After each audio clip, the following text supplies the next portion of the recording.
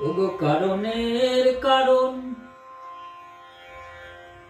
ওগো কারণের কারণ, পরম কারণ।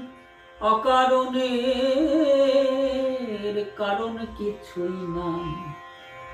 নশ্বর জগতে